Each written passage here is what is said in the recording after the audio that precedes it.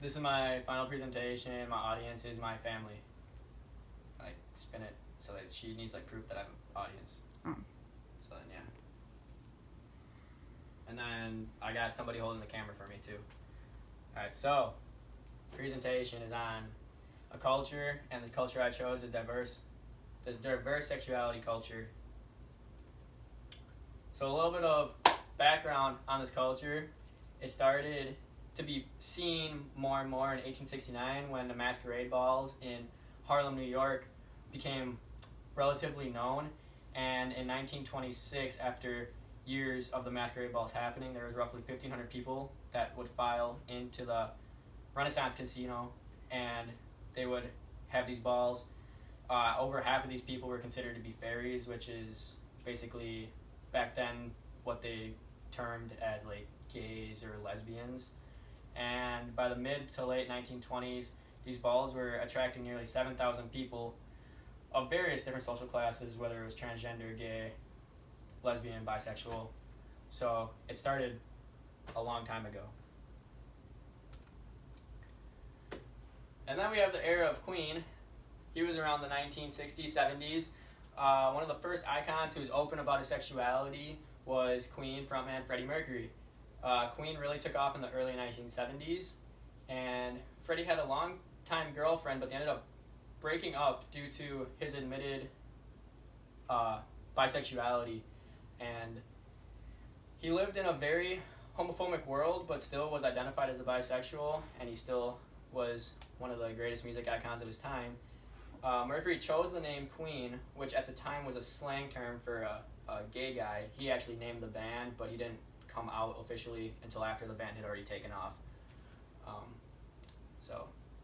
And Freddie Mercury was truly a bisexual. He was always seen with either a man or a female. He just went on and off. It didn't matter. So then we have to communicate with this culture, as this is an oral communication class. To communicate with them, we have to try to avoid using hate speech. So terms such as faggot and dyke negatively affect the one who you are talking to, and you never know who may get offended by your words, so you should just try to avoid those terms altogether, because you may be talking to somebody else, but then somebody near you may get offended, so just avoid those terms. And even if you think somebody may be not straight, you should wait for a person to communicate their sexual orientation to you. You shouldn't just assume, because then again, people may get offended. This helps increase the self-acceptance for the person, and it helps create a more positive attitude for the situation versus just making your own assumptions.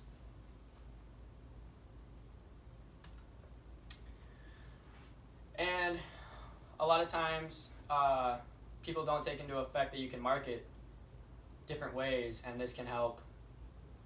The communication through marketing can help with different cultures. The three dimensions of sexuality are identity, behavior, and attraction. And when people campaign for products, you have to take into account all three dimensions, because a lot of times companies only take in one or two.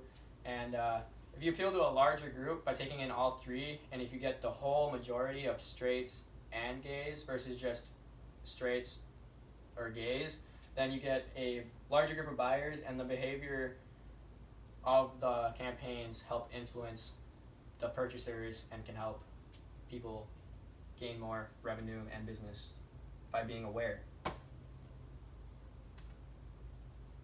So, the overall review of the diverse sexuality presentation is that it started to be really noticed in the 1920s.